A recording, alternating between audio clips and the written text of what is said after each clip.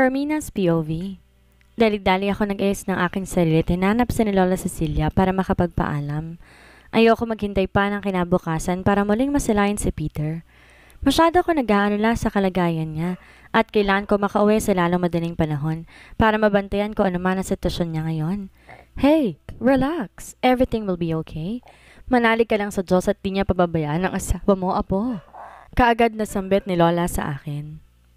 Hindi ko na mapigilan na mapaiyak. Hindi na nga yata masyado nagpa-function ang utak ko sa tamang direksyon. Puro Peter na lang ang laman ng isip ko. Paano na lang kung may mangyaring masama sa kanya? Lola, masyado po ba ako naging malupit sa kanya? Ilang beses po siyang nakiusap at humingi ng tawad sa akin, pero di ko siya pinapansin. Feeling ko po kasalanan ko kung ba't siya na-aksidente. Inanap niya ako lahat pilit niyang hinihingi ang kapatawaran ko. Kasalanan ko po talaga kung bakit siya na-aksidente. Umiiyak na wika ko kay Lola. Ewan ko ba, sa aksidenteng nangyari kay Peter, wala na akong pakialam pa sa mga kasamahan na nagawa niya sa akin. Burado ng lahat yon sa isip at puso ko at wala akong ibang hangad ngayon kundi ang kaligtasan niya. Bigla ako nakaramdam ng takot na baka tuluyan na siyang mawala sa akin, na hindi ko na talaga siya makita or masilayan habang buhay. Carmina, apo, huwag mong sisihin ang sarili mo. Walang sino man ang may gusto ng mga nangyari. Na napahamak siya.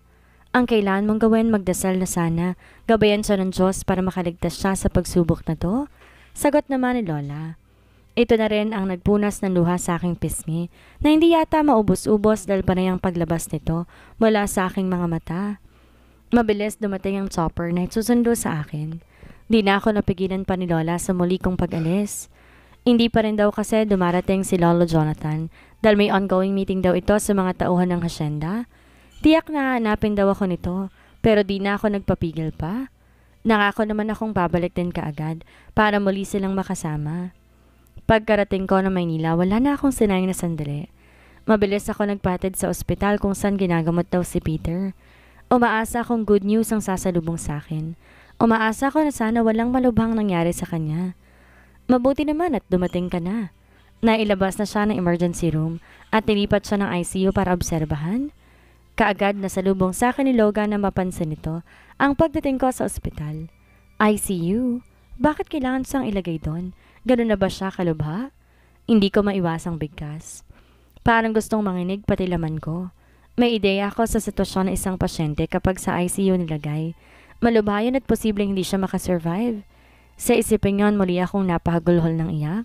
Napayakap pa nga ako kay Logan para kumuha ng kahit konting lakas. Pakiramdam ko drain na drain ako at mauuna yata akong malagutan ng hininga dahil sa pinaghalong pag-aalala at takot na nararamdaman ng puso ko. Halika, tiyak na hinihintay ka niya. Sa ilang araw na hindi ka niya nakasama, ikaw palaging hinahanap niya, Carmina. Wika pa nito at hinila ako papuntang ICU. Lalo nag-uunahan ang pagpatak ng luha sa aking mga mata sa nasilayan ko ang kawawang itsura ni Peter. Balot ng benda ang buong ulo nito, pati na rin ang kanyang mga binti. Marami ring aparatong mga nakakabit sa kanyang katawan. Pwede mo siyang lapitan at kausapin, maririnig ka niya. Pilitin mong pakiusapan siyang lumaban. Muling wika ni Logan. Kagad naman kaming nilapitan ng isang nurse at sinabi sa amin na isa sa aming dalawa lang ang pwedeng pumasok sa loob ng ICU para makita na malapitan ng pasyente. Kagad ako nagpresenta, kaya kagad ako nagsuot ng blue gown at face mask dahil masyado daw masera ng pasyente sa kahit konting bakterya at pwede niyang ikamatay yun. Ma'am, pwede niyo siyang kausapin. Kadalasan po sa mga pasyente namin na nasa kritikal na kondisyon, kinakausap ng mga mahal nila sa buhay at hinihikayat lumaban sa kung anumang nararanasan niya ngayon. Subukan niyo po ma'am, baka sakaling pakinggan kay ni Sir Peter. Bilin pa ng nurse bago ko nito tuluyang iniwan sa ICU. Di ko naman malaman ang gagawin ko. Naupo ako sa upuan na nasa gilid ng hospital bed nito, gamit na nanginginig kong kamay. Kaagad kong hinaplos ang pisngi ni Peter. Medyo mahaba ng balbas nito at halata talaga na napapabayaan niya ang sarili niya. Peter, sabi nila, posibleng naririnig mo raw ako. Sorry hindi kita pinakinggan sa mga pakiusap mo. Sorry kung masyado kitang sinisisi sa mga nangyari. Masakit kasi ang ginawa mo sa akin eh. Hindi ko matanggap pero mas masakit pala na nakikita kita sa gantong sitwasyon. Umpis akong wika kasabay ng paghikbi. Lumaban ka naman oh. Please. Ngayon ko lang na-realize na hindi ko pala kayang mawala ka sa akin ng tuluyan. Nagpapalamig lang naman ako eh. Hindi porket iniiwasan kita, hindi na kita babalikan. Siyempre hanggat kasal tayo, patuloy tayong magkakaroon ng koneksyon sa isa't isa. Mahal na mahal kita. Mahal kita. Patuloy kong sambit at di ko napigilang mapasubsob sa dibdib nito habang patuloy sa pag-iyak. Kapag ba maging maayos ang kalagayan ko? Hindi mo na ako iiwan? Mananatili ka na ba sa tabi ko? Wala sa sariling napaangat ang ulo ko nang marinig ko ang katagang yon. Hindi ko alam kung nananaginip lamang ako, pero bakit parang sumasagot si Peter? Sinipat ko pa nga siya ng tingin pero nakapikit pa rin ito. Walang pinagbago sa itsura nito at nang ilibot kong tingin sa paligid, kaming dalawa lang naman ang nandito sa loob ng kwarto. Di ko tuloy maiwasang mapabuntong hininga. Malapit na siguro ako masiraan ng bait dahil sa sunod-sunod na stress na naranasan ko, kaya't kung ano-ano ang naririnig ko. Muli kong tinuon ang buong atensyon ko kay Peter. Inawakan ko ang kanyang kamay at pinisil-pisil. Kaagad akong nakaramdam na pinaghalong tuwa at lungkot na mapansin kong suot niya pa rin ang wedding ring naming dalawa. Kung ganon, totoo talaga na wala siya ibang babaeng minahal kung hindi ako lamang. Totoo talaga na ako lang gusto niyang makasama habang buhay. Parang hinihiwa ang puso ko habang pinagmamasa ng walang mali na si Peter. Hindi ko mapigilang sisihin ang sarili ko sa mga nangyari sa kanya. Kung pinakinggan ko lang sana siya, siguro hindi siya na aksidente. Isa na lang ngayon ang hinihiling ko na sana gumising na siya. Sa sitwasyon niya ngayon, pinapangako ko sa aking sarili. Pagsisilbihan siya, tuluyang makaka-recover kung ano man ang sitwasyon niya ngayon. Please, gising na kasi. Muling bigkas ko sa nakapikit pa rin si Peter. Tinapik-tapik ko pa ang pisngi nito sa pag-asang magigising na siya upang tuluyang mawala ang pag-aalalang nararamdaman ng puso ko. Promise makasurvive ka lang, kakalimutan ko ng lahat ng kasalanan mo sa akin. As in lahat-lahat basta't gumaling ka lang para muli kitang makasama. Oo, nagagalit ako sa'yo pero hindi ibig sabihin nun tuloy na kitang iiwan. Please, idilat mo na mga mata mo. Please? Muli kong bigkas sabay ng pagtulo ng luha sa aking mga mata.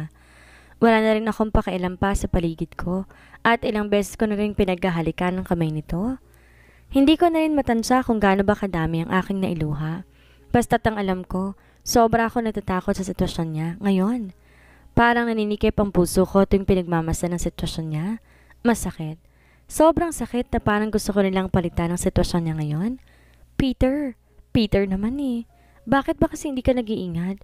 Siguro galit ka talaga sa akin dahil ayaw mo pa rin gumising. Sorry na kasi. Muli kong bigkas habang patuloy sa pagluha. Nagulat pa ako dahil bigla ko naramdaman ang pagpisil nito sa palad ko. Bakit bang ingay ng baby ko? Narinig kong bigkas nito. Di naman ako makapaniwalang napatitig dito habang pilit na inaanalisaan ng sarili ko kung siya ba talaga ang nagsasalita. Diskumpiyado ko dahil baka pinaglalaroan lang ako ng pandinig ko. Critical nga siya, diba? Tapos bigla siya magsasalita ng ganon? Teka lang, bakit? Di ko na natuloy pa ang sasabihin ko nang mabilis tong bumangon na higaan at mahigpit akong niyakap. Di naman ako nakakilos dahil sa matinding pagkabigla. Bakit parang di naman napinsala ang katawan niya dahil sa aksidente? Bakit ang lakas-lakas niya naman yata ngayon? Hindi ka nagalit sa akin? Pinapatawad mo na ako? Hindi mo na ako iiwan, baby, di ba? God, miss na kita. Thank God dahil sa wakas nandito ka na, baby ko. Muling bigkas nito kasunod ng pagdampi ng labi nito sa noo ko. Di ko naman maiwasang maluha dahil sa mga ginagawa niya ngayon. Ngayon ko lang biglang na-realize kung ano ba talaga ang mga nangyayari sa paligid ko. Teka lang, paanong... Peter, niloloko mo ba ako? Bakit? Hindi ko na natuloy pa ang sasabihin ko nang bigla tong kumala sa pagkakayakap sa akin. Isa-isa nitong inialis ang mga aparato na nakakabit sa kanyang katawan. Para ako namamalik mata habang pinapanood ang kanyang ginagawa. Hindi ka totoong na aksidente? Bigkas ko habang matamantong nakatitig sa akin at may ngiting nakaguhit sa kanyang labi. Natatawa naman tong tumango. At effective naman, di ba? You're here now. Ano mo bang halos di ako makatulog simula nang mawala ka sa akin? Baby, alam kong sobrang laki ng kasalanan na nagawa ko sa'yo. Pero bigyan mo naman sana ako ng chance ay paramdam sa iyong pagsisisi ko. Wika nito. Kagad naman ako naluha at mabilis tong pinaghahampas sa kanyang dibdib. Baliw ka talaga. Alam mo ba kung gaano ako natakot sa binalita sa akin ni Logan na naaksidente ka? Sobrang natakot ako sa isiping baka tuluyan ka nang mawala sa akin. Umiiyak kong bigkas. Natatawa naman tong hinawakan ng dalawa kong kamay. Mabilis dumampi ang labi nito sa labi ko. Kaagad na nanlaki ang mata ko sa pagkagulat. Talagang dinadaan ako ng Peter na to sa biglaang galawan. Lahat talaga ng tsansa na nakukuha niya talagang di pinapalagpas. Dinadaan talaga sa galawang mabilisan. Mahal na mahal kita, baby ko. Kapag di ka pa bumalik sa piling ko, tototohanin ko na talaga ano man ang mangyayari sa akin. Wika pa nito kahit mabilis ko tong hinampas. Naiinis ko tong tinitigan. Narinig kong sinabi mo sa akin kanina, wala nang bawian. Muling bigkas nito. Malinaw pa sa sikat ng araw na nakipagsabuatan si Logan dito para pagkaisahan ako. Hay, nakakainis lang. Muntik na akong atakin sa puso dahil sa mga kalokohan nila. Kung di lang ako natatakot na baka tuluyan to magtampo sa akin. Gusto ko sana tong awayin ngayon. So drama lang lahat at pakikipagsabuatan pa talaga sa iyong kapatid ko? Ano bang pinakain mo doon at ang bilis mong paamuhin? Ang natatandaan ko galit din siya sa'yo, pero magkasundo ka agad kayo ngayon? Seryoso kong tanong sa kanya at sinipat to ng tingin mula ulo hanggang paa. Dahil tanggal ng lahat na nakabenda dito, kagad kong napansin na wala lang tong kagalos-galos sa katawan, maliban lang sa mukha nitong nakalimutan yata nitong ahitan. Baby naman eh, nag-promise ka kanina sa akin hindi ka na magagalit, wala nang bawian. Nakangiti nitong sagot kaya kagad kong inirapan. May magagawa pa ba ako? Wala na eh. Tuluyan ang bumigay ang marupok kong puso. Fine.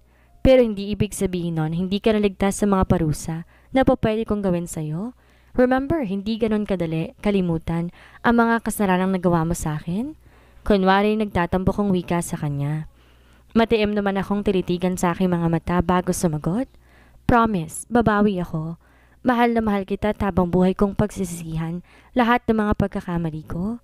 Madamdamin itong sagot habang damang-dama ko ang sinseridad sa kanyang boses. Di ko naman maiwasan mapangiti. Mahal ko siya kaya naman muli akong aasa na magiging maayos din ang pagsasama namin. Bibigyan ko siya ng chance na iparamdam sa akin kung gaano ba talaga ako kahalaga sa kanya. Sakay ng sasakyan ni Peter, tahimik ako habang tinatahak namin ang daan pa uwi ng bahay. Tulad ng inaasahan, hindi ko na nakita pa kahit ang anino ni Logan pagkalabas namin ng ICU. Mukhang tinakasan na ako dahil alam niyang makakatikim siya sa akin ng flying cake. Akala ko talaga galit siya kay Peter eh, pero tingnan mo nga naman. Talagang tinawagan niya ako para pagbigyan ng gusto nitong loko-loko kong asawa. Talagang nakipagsabuatan siya sa kalokohan na naisip ni Peter na muling makuha ang loob ko. Wala eh. Wala na talaga akong lusot nito. May paiyak-iyak pa kasi ako kanina na patawarin ko na siya basta't gumaling lamang siya eh. Nakalimutan ko ng lahat ng kasalanan niya sa akin basta't gumaling lang siya. Sino ba naman kasi ang mag-aakala na nagdadrama lang pala to talaga namang napaniwala niya ako. Sa bagay may maganda din namang nangyari. Eto na nga kami't magkasama ulit. Ang pag-iisipan ko lang ngayon kung anong parusang ibibigay ko sa kanya. Kailangan talaga ng parusa para magtanda siya sa kasalanan niyang nagawa. Di ko maiwasang mapapitlag nang maramdaman ko ang kamay nito sa may hita ko. Nakamaong pansa ko ngayon pero ramdam ko pa rin ang init na nagmumula sa kanyang palad. Wala sa sariling napatingin ako dito at napansin ko, nakatutok pa rin ang mga mata nito sa daan. Di ko maiwasang mapangiti ng may ideya na biglang pumasok sa akin. Sisiguraduhin ko pa rin hindi pa rin ligtas ang Peter na to. Di lahat ng gusto niya ay masusunod. Pasimple kong hinawakan ng kanyang kamay at inilis sa pagkakapatong sa hita ko. Napansin ko pang pagkunot ng noo nito, sabay sulyap sa akin. Di ko naman maiwasan na mapangisi. Why naman, baby? Galit ka pa rin ba sa akin? May tampo sa boses nito habang sinasabi ang katagang yon. Hilaw ko naman tong nitian bago sinagot. Of course not. Nakikiliti kasi ako eh. Sagot ko. Kaagad naman gumuhit ang ngiti sa labi nito nang marinig niyang sinabi ko. Parang may kumikiliti dito sa klase ng ngiti na nakaguhit sa labi nito na hindi ko mawari. Pigil ko naman ang sarili kong matawa. Alam na alam ko na kung ano man tumatakbo sa isip ng Peter na to eh. Well, sisiguraduhin kong mabibigo siya. Hindi niya magagawa sa akin naman ang naiisip niya dahil hindi ako papayag. Kailangan muna niyang mag-effort ng todo bago ko siya pagbibigyan. Di naman sa lahat ng oras ibibigay kong gusto niya. Tama nang makipagbati ako sa kanya ngayon. Mabilis kaming nakarating sa bahay. Masaya naming sinulubong ang mga kasambahay sa pangunguna ni Manang Milagros. Welcome back po, Ma'am Carmina. Sabay-sabay na bati nila sa akin. Thank you po sa inyong lahat. Manang, pwede po bang pakilinis ang guest room? Kagad ko namang bigkas at kagad naman napatitig sa akin si Peter. Why? Kunot noon itong tanong sa akin. Baka sa mukha nitong pagtataka. Well, naisip ko lang, maybe sa guest room muna ako matutulog. I need privacy. Ngiti-ngiti ko namang sagot sa kanya. Kagad namang lumarawan na matinding pagtutol sa mga mata nito. Lalo namang nagdiwang kalooban ko. Dahil malaki ang kasalanan niya sa akin, magtiis siya. Di naman pwedeng ibigay ko ang gusto niya gayong hindi pa nga napaparusahan ng mga taong may kasalanan sa akin. Actually, ito ang isa sa mga parusang naisip ko para sa kanya. Masyado naman yatang sinuswerte ang Peter na to kung makukuha niya kagad ang gusto niya. But, baby, hindi naman ako papayag doon. I need you at sobrang na-miss kita sa maraming araw na hindi tayo magkasama. Huwag mo naman tong gawin sa akin. Hindi ako papayag. Pag-aapila nito. Matamis ko tong initian. Gusto ko ipakita sa kanya na seryoso ako. Di niya ako papipilit anuman na magiging desisyon ko ngayon. Pero ito ang gusto ko. And besides, you need rest. We need rest. Kaya hayaan mo muna ako, please? May lambing sa boses na bigkas ko. Malalim tong napabuntong hininga habang titig na titig sa akin. Fine. Pero ngayong araw lang. Bukas na bukas dapat nasa kwarto ka na natin. Alam mo naman siguro kung paano ko nagtiis habang wala ka. Gusto kitang makasama sa kwarto at makatabi sa pagtulog. Baka sa boses itong lungkot habang sinasabi ang katagang yon. Hindi ko na maiwasang mapangiti. Thank you, sagot ko sa kanya. Pinilit ko naman ang sarili kong wag matawa sa harapan nito. Para kasing nalugi ang itsura nito ngayon. Di yata matanggap ng kalooban niya na hindi niya ako makakatabi sa pagtulog at magagawa anuman ang tumatakbo sa isipan niya. Palagi naman pong malinis ang guest room, ma'am. Pwede niyo po yun gamitin anytime? Nakangiti namang sagot ni Manang. Kanina pa to sa harap namin pero ang mga kasamahan nito kanina pa nagsialisan. Ngayon lang nagsalita dahil ngayon lang yata nakasingit para ipaalam sa akin na malinis naman ang guest room. Alam ko naman din talaga ang tungkol doon dahil napapansin ko naman regular silang naglilinis sa buong bahay. Metikuloso si Peter pagdating sa karinisan kaya hindi na ako nagtataka tungkol doon. So, paano ba yan? Pasok muna ako sa guest room. Pakibigay na lang kinamanang ilang mga gamit ko para dalhin nila sa guest room. Gusto kong magpahinga muna. Nakangiti kong wika at nagpatiuna ng umakyat ng hagdan. Narinig ko pa tinawag nito ang pangalan ko pero di ko na pinansin pa. Pinanindigan ko ang pagpaparusa sa naisip ko sa kanya para magtanda siya. Bahala siya. Halos takboin ko ang hagdan paakyat papunta ng guest room. Alam ko kasi nakasunod ang tingin sa akin ni Peter at alam ko rin na bagsak sa kalooban niya ang desisyon ko na sa guest room muna ako matutulog. Pagkapasok ko ng guest room, kagad kong inilock ang pintuan. Mahirap na baka pasukin ako ni Peter eh. Di pwede lalo na't umiiral din paminsan-minsan ang karupukan ko pag nasa tabi ko na siya. Akbang hihiga na ako ng kama para makapag-relax muna habang hinihintay ko ang mga gamit ko nang marinig kong pagtunog ng cellphone ko. Dali-dali kong sinagot niya na mapansin ko, si Luther ang tumatawag. Hello brother, napatawag ka, sagot ko. Carmina, nasan ka ngayon? Alam mo ba ang kumakalat na balita? Kaagad na sagot nito sa kabilang linya. Bakit? May nangyari ba? Nagtataka kong tanong. Mukhang seryosong balitang hatid nito, base na rin sa tono ng kanyang boses kaya't hindi ko maiwasan ang mag-alala. Natagpo ang patay si Doc Carlos sa kanyang bahay. Pagkakamatay ang tinitingnang anggulo ng pulis dahil sa baril na nasa kamay niya nang ma-recover ang walang buhay niyang katawan. Sagot nito sa kabilang linya. Di ko naman maiwasan magulat. Ni sa hinagap hindi ko lubos maisip na nagpakamatay ang doktor na yon. Wala sa karakter niya. Nagpakamatay? Imposible naman yata yon. Di ko maiwasang bigkas. Nararamdaman ko may mali sa mga nangyari. Yan din ang naisip naming tatlo ni na Carson at Logan. Imposibleng magpakamatay siya gayong kitang-kita namin ang takot niya nung dinukot namin siya. Ilang beses din niyang nabanggit na gusto niya pang mabuhay at handa siyang ilaglag si Kyla pakawalan lang namin siya. Lalo tuloy akong napaisip. Sino naman kaya ang posibleng pumatay sa kanya? Imposibleng si Carson at silang dalawa ni Logan. Sa isiping yon, di ko maiwasan makaramdam ng kilabot. Paano nga ba kung isa sa kanila? Pero hindi eh. Dahil di naman kami pinilaking kriminal ng mga magulang namin. Pwede bang paimbestigahan natin ang nangyari sa kanya? I mean, hindi ko na natuloy pa ang sasabihin ko nang bigla nagsalita ito. Yun ang ginawa namin ngayon ni Carson. Hindi rin kami naniniwala na nagpakamatay siya. May pumatay sa kanya at posible. Kakilala niya lang din dahil maayos ang pagkakagawa. At sa loob pa talaga ng bahay niya? Sagot nito. Much better tumulong din tayo sa investigasyon. Seryosong kaso at posibleng may dahilan kung bakit siya pinaslang. Kahit naman gaano kasama ang ginawa niya sa akin, dapat din siyang mabigyan ng hustisya? Sagot ko. Don't worry. Aalamin namin kung sinong nasa likod ng pagkamatay niya. May tinawagan na kaming taong magaling humawak sa mga gantong kaso. Tumawag lang ako para ibalita ang pagkamatay ng taong yon para aware ka din. As of now, kailangan mo muna magdoble ingat. Sana nagkamali lang kami ng suspetsa, pero mukhang may kinalaman si Kyla sa pagkamatay niya. Sagot ni Luther. Di ko naman maiwasang napabuntong hininga. Yun din nga ang tumatakbo sa isipan ko.